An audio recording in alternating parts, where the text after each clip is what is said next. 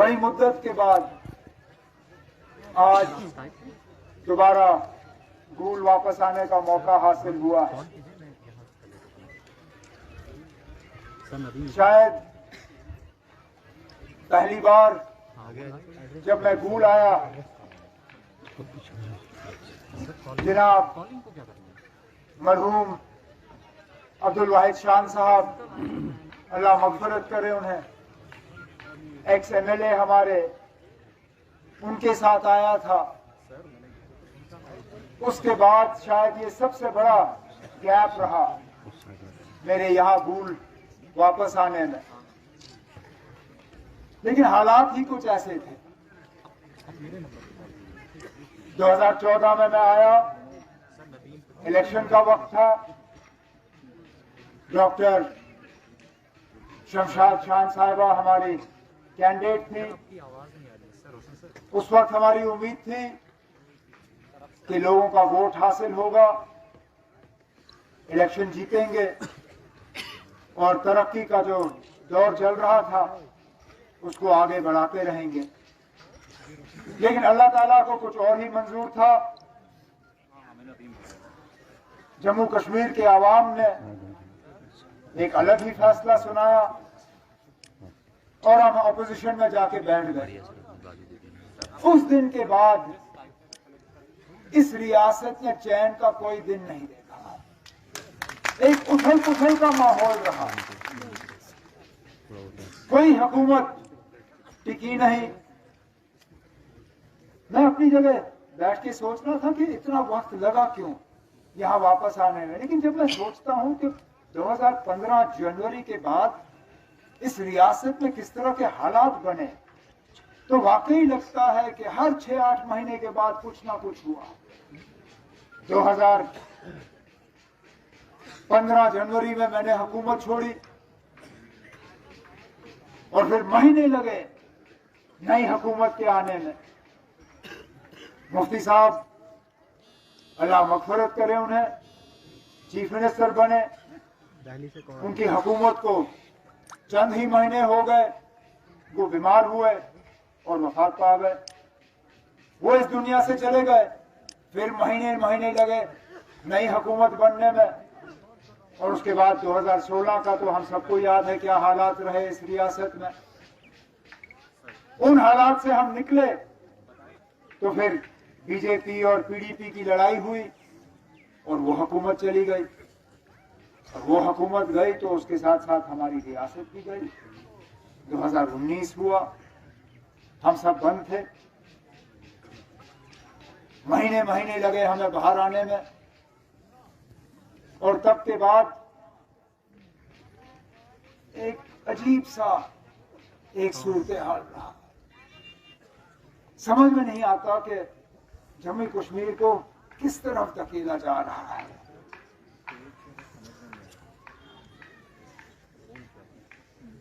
आजकल के हमारे जो हुक्मरान हैं,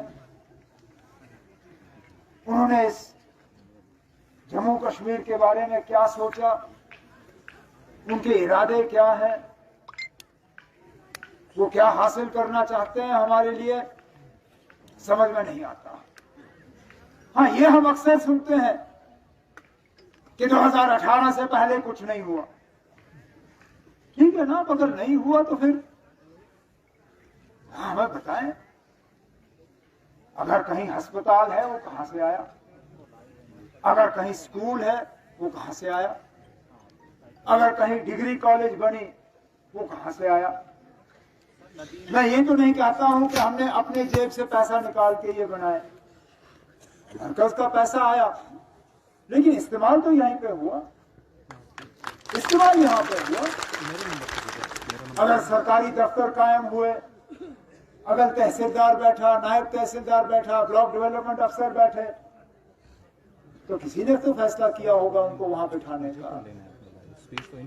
अगर बच्चों के रोजगार के लिए हमने इंतजाम करने की कोशिश की, तो सिर्फ अपने बच्चों को नहीं लगाया।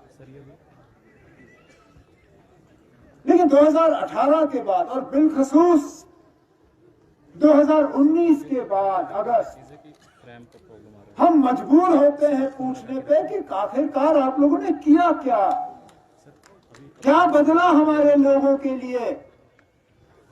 इस दूर दराज भूल के इलाके में क्या फायदा आया अगस्त 2019 के बाद? कौन सा बेरोजगार नौजवान आज रोजगार लेके बैठा है? मेरे नंबर पे कॉल कीजिए सर। कौन सा नया डेवलपमेंट का काम आप लोगों ने शुरू किया? कौन से नए नलके लगे? कौन सा नया बिजली का तार लगा? कौन सा नया बिजली का प्रोजेक्ट लगा? दिखाए हमें। उस वक्त तो आपने कहा था कि इन चंद खानदानों ने जम्मू कश्मीर को तबाह किया और हमने जम्मू कश्मीर को इन खानदानों से अब आजाद कर दिया है। अब यहां तरक्की का दौर शुरू होगा। आपको मांगने की भी जरूरत नहीं पड़ेगी, बिना मांगे हुए आपको सब कुछ मिलेगा। क्या मिला? हम तो खामोश हो गए। 18-19 में हम बैठ गए।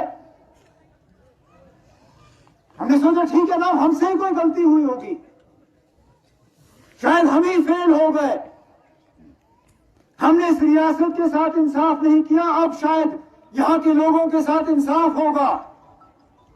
लेकिन आज भी हम इंसाफ के दरवाजे खटखटा रहे हैं। मेरे पीछे आ जाए। जिस अमन का वादा हमसे किया गया था कि 370 हटने के बाद यहां अमन आएगा, कहां है वो अमन? जिस भाईचारे का इंतजार हम कर रहे हैं कि 370 के वजह से जम्मू और कश्मीर को लड़वाया जा रहा था और 370 गायब होते ही जम्मू और कश्मीर में कोई फर्क नहीं रहेगा। हमें कहा गया था कि बच्चों के लिए नई नौकरियां होंगी, बाहर से फैक्ट्रियां लगेंगी। हमें कहा जाता था कि टाटा, अंबानी, बिरला ये सिर्फ रुके हुए थे क्योंकि 370 ने उनको रुकाया था और 370 हटते ही यहां टाटा साहब भी आएंगे, यहां बिरला साहब भी आएंगे, यहां अंबानी साहब भी आएंगे। ना हमें अंबानी दिखा, ना हमें बिरला दिखा, ना हमें टाटा दिखा। हमारे बच्चे आज भी दर बदर की ठोकरें खा रहे हैं। उल्टा जो थोड़ा बहुत हम कर सके, ज्यादा नहीं, तो यहां जमीन के मालिकाना हक हमने यहां के लोगों को दिए। रोशनी की कानून लाई इस उम्मीद के साथ कि यहां लोग अपना जमीन लेके अपने घर उन पे बसाएंगे। उस पे भी लोगों ने उंगलियां उठाई, कहा ये जमीनी जिहाद है, कहा कि ये कोई साजिश रचाई जा रही है यहां की आबादी को बदलने के लिए। मैंने कहा ठीक है ना, अगर हमसे कोई गलती हुई हो तो जरा बताए कहां पे। बेचारे जिन लोगों ने मेहनत करके पैसा जमा करके वहां रोशनी की स्कीम में पैसा डाला और उस जमीन को अपने नाम लिया, आज उन पे भी उंगलियां उठाई जा रही हैं और उनकी भी जमीनें वापस ली जा रही हैं। नेशनल कॉन्फ्रेंस ने क्या दिया? हमने कम से कम यहाँ के लोगों को एक आवाज दी, हमने यहाँ के लोगों को एक बोलने का हक दिया, लड़ने का हक दिया और हमने किसी के ऊपर ज्यादती नहीं की।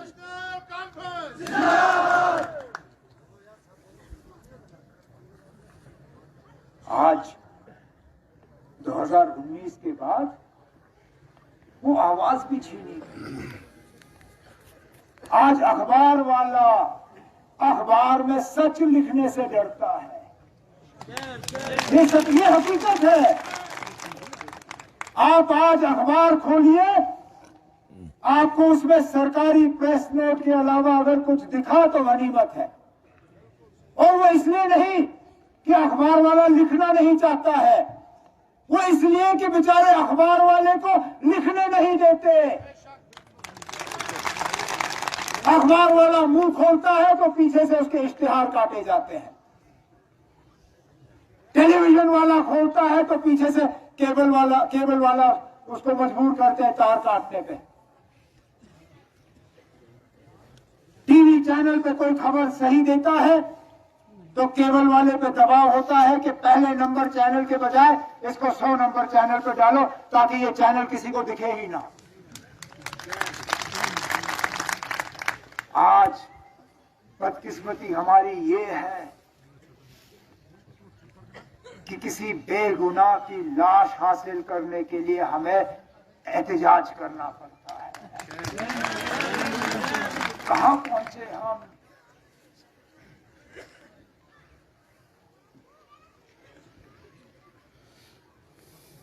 नौजवान आमिर श्रीनगर में काम करने गया क्योंकि यहां रोजगार के उसको कोई दरवाजा दिखा नहीं।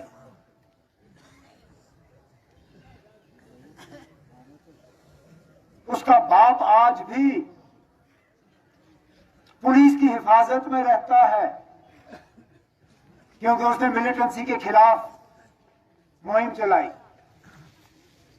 आज वो बाप जिसने मिलिटेंसी के खिलाफ, बंदूक के खिलाफ जिद्दोजहद की, आज वो बाप कहता है कि मेरे बेटे की लाश मुझे दे दो ताकि मैं उसको यहां सही तरीके से दफना दूं।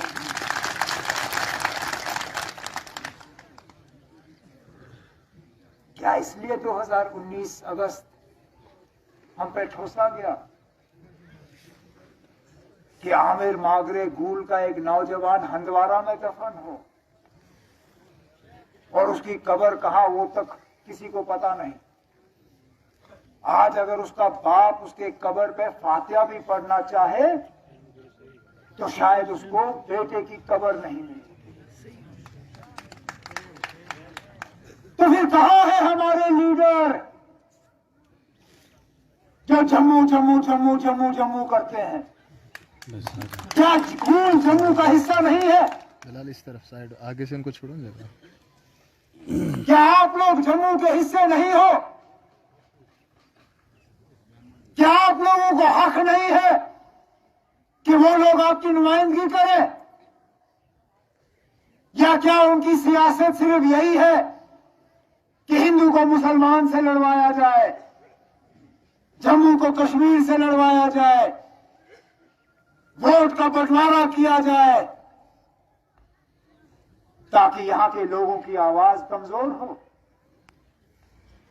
नहीं तो वो लोग क्यों नहीं आज सड़क पर बैठे हुए हैं? क्या आमिर मागरे उनका नहीं है?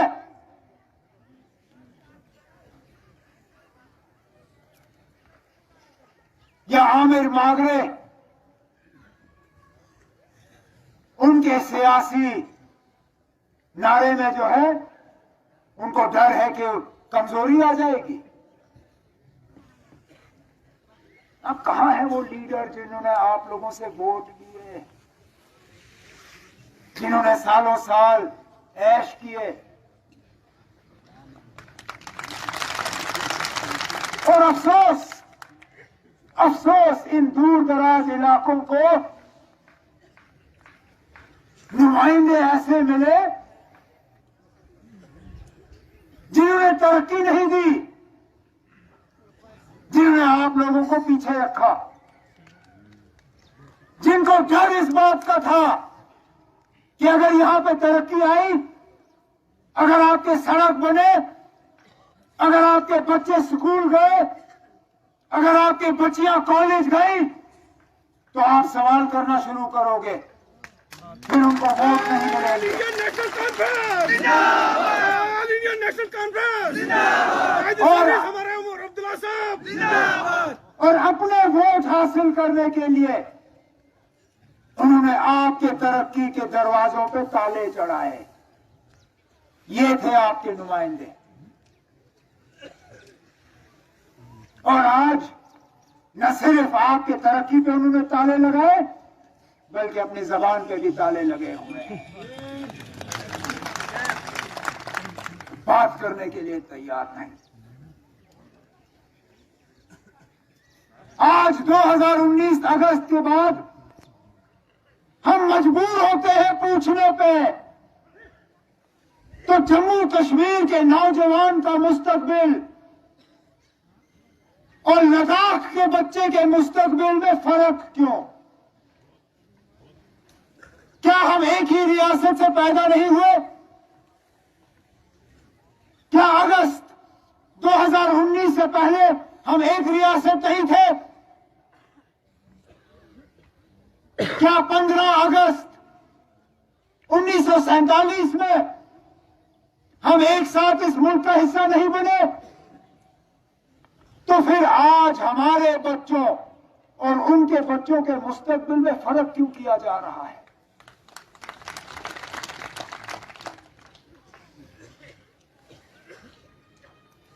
आज लद्दाख के बच्चों के लिए नौकरियां रिजर्व, लद्दाख के लोगों का स्टेट सब्जेक्ट भी बरकरार, वहां कोई डोमिसाइल नहीं, वहां बाहर का बंदा न जमीन खरीद सकता है, न नौकरी ले सकता है, न वहां स्कॉलरशिप ले सकता है।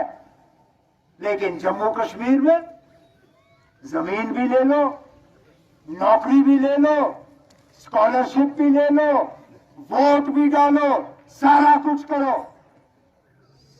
आखिरकार क्या हमें भी हक नहीं है? और जब हम आवाज उठाते हैं तो कहते हैं ये देशद्रोही है, ये एंटी नेशनल है, ये मुल्क के खिलाफ बात कर रहा है, क्योंकि एक मुल्क में एक ही निजाम होना चाहिए। अरे जनाब, यहाँ एक रियासत, जो एक रियासत थी, यहाँ आपने दो निजाम खड़े किए। जब एक रियासत में आप दो निजाम खड़े कर सकते हो, तो क्या हमारा हक नहीं बनता कि हम उस पुराने निजाम के लिए जद्दोजहद करें जो अगस्त में आपने हमसे छीना था?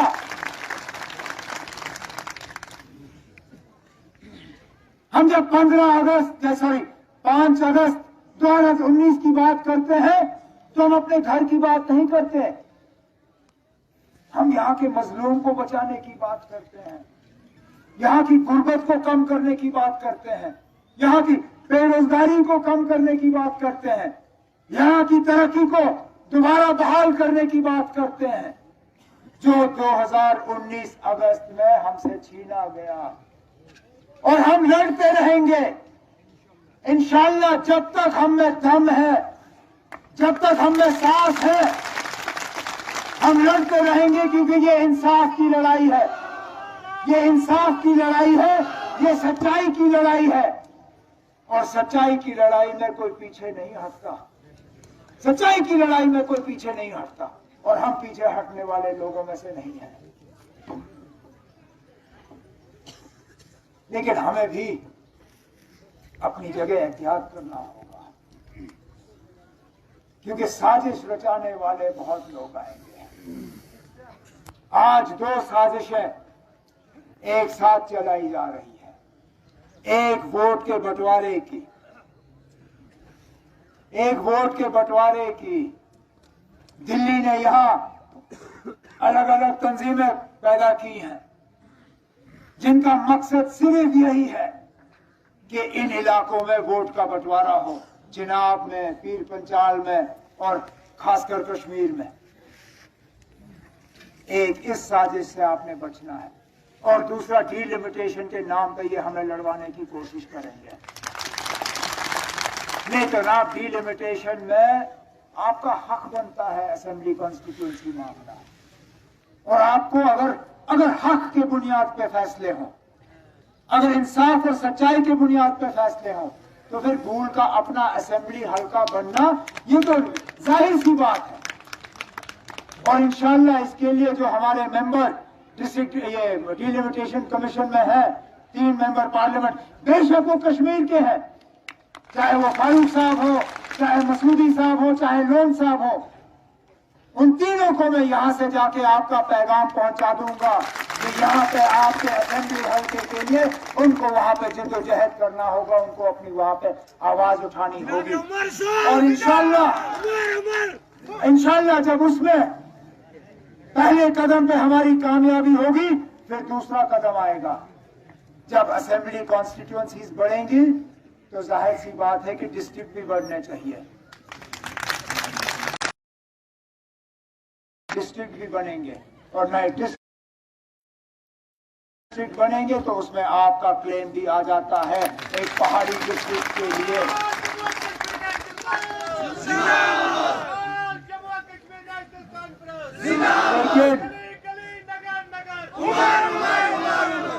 लेकिन ख्याल इस बात का जरूर रखिएगा कि इन लोगों की साजिशें जो है वो कामयाब नहीं होनी चाहिए, नहीं होनी चाहिए। आप लोग सच, अगर आज तो वोट का मशीन हमारे सामने है नहीं, इसलिए मैं कोई वोट मांगने नहीं आया हूं, कोई आपसे हासिल करने नहीं आया हूं, सिर्फ आपसे गुजारिश करने आया हूं कि आप बात सुनिए, सुनने के बाद इस पर गौर करिए, और मेरी कोई भी बात अगर आपको दुरुस्त लगे तो जब फैसला करना होगा सही फैसला करें। फैसला उन डेली वेजरों के लिए करिए जिन डेली वेजरों के साथ भी इन लोगों ने नाइंसाफी की। कितना इन डेली वेजरों को, बेचारों को चलाया।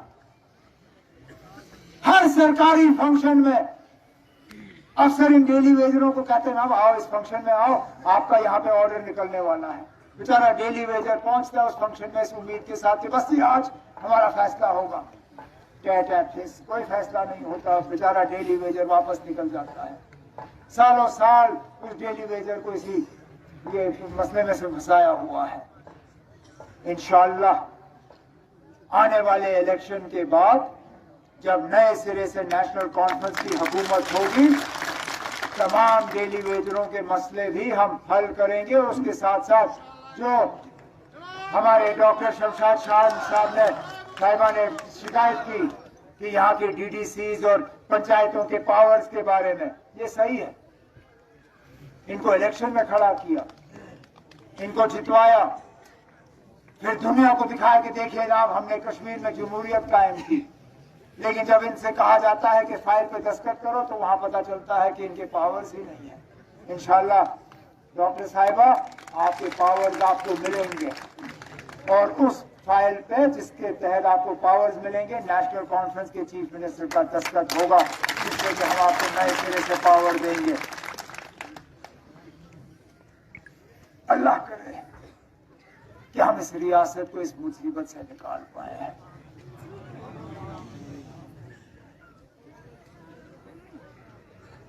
मैं नेशनल कॉन्फ्रेंस के हमारे सदर जनाब फारूक साहब की तरफ से बिलखसूस आप सब साथियों का तहे दिल शुक्रगुजार हूं जो डीडीसी इलेक्शन में आप लोगों ने नेशनल कॉन्फ्रेंस को कामयाबी दी, क्योंकि मरहूम वाहिद शान साहब के उस इलेक्शन के बाद पता नहीं हम जो नेशनल कॉन्फ्रेंस की क़यादत में बैठे हुए हैं, पता नहीं हमसे क्या गलती हुई कि हम दोबारा ये सीट जो है नेशनल कॉन्फ्रेंस की झोली में लाके वापस रख नहीं सके। इसमें कसूर कभी आपका नहीं है, क्योंकि इलेक्शन में कसूर वोटर का नहीं होता। इलेक्शन में कसूर अगर होता है तो तंजीम का होता है। अगर हम आपको नेशनल कॉन्फ्रेंस के हक में वोट डालने के लिए तैयार नहीं कर सके तो कसूर वोटर का नहीं है, कसूर नेशनल कॉन्फ्रेंस और नेशनल कॉन्फ्रेंस की क़यादत का है। लेकिन तब भी डीडीसी इलेक्शनों में आपने थोड़ा सा हमें इशारा दिखाया है कि शायद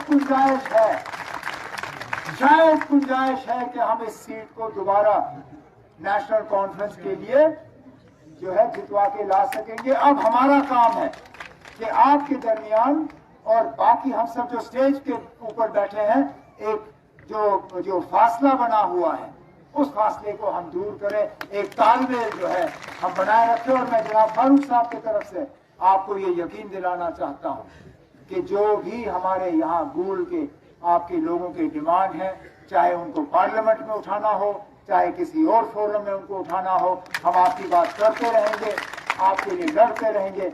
आप सिर्फ अल्लाह ताला से दुआ करें कि हमें वो तौफीक दे कि हम इस इलाके को, इस रियासत को, जम्मू कश्मीर को इस तबाही और बर्बादी से बचा सकें।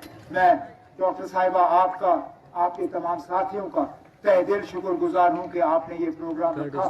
बड़े अरसे के बाद इस तरह के प्रोग्राम से मुखातिब होने का मुझे मौका हासिल हुआ। यकीन माने 2019 अगस्त के बाद ये सिर्फ मेरा दूसरा जलसा है, लेकिन अब सालों साल वापसी का मैं इंतजार नहीं करूंगा। इंशाल्लाह जल्दी वापस आके दोबारा आपसे मुलाकात होगी। उस वक्त इस बार शायद हम जुलूस नहीं निकाल सके, अगली बार कामयाबी का जुलूस निकाल के यहाँ से जाएंगे। अल्लाह आपको अपनी हिफाजत में रखे, आपके घरों को आबाद रखे। मैसेज मैं लेके आया वो तो आपने मेरी तकरीर में सुना। वैसे और भी बहुत कुछ था कहने के लिए, लेकिन वक्त ने इजाज़त दी नहीं।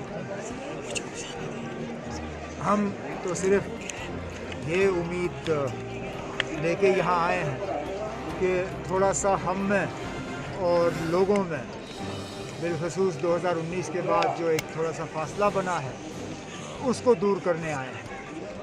मेरे कई सारे यहाँ पे सियासी साथी हैं जिनसे कुछ सालों के बाद मुलाकात हो रही है, और मैं जनाब हमारे जो सदर मोहतरम हैं फारूक साहब, उनके तरफ से यहाँ मुबारकबादी का एक पैगाम भी लेके आया हूँ कि हाल ही में डीडीसी इलेक्शंस में यहाँ जो हमारी कामयाबी हुई और उसके बाद जो डॉक्टर शान साहिबा चेयरपर्सन बने, तो ज़रूरी था कि यहाँ आए और थोड़ा सा इनकी भी हौसला अफजाई। सर, आमिर मागरे की डेड बॉडी अभी तक नहीं है। बड़ी बदकिस्मती की बात है सर। आपने और एहतजाज इस तरह के हालात जनाब, ये किसी को भी नहीं लगता ये काबिल कबूल है।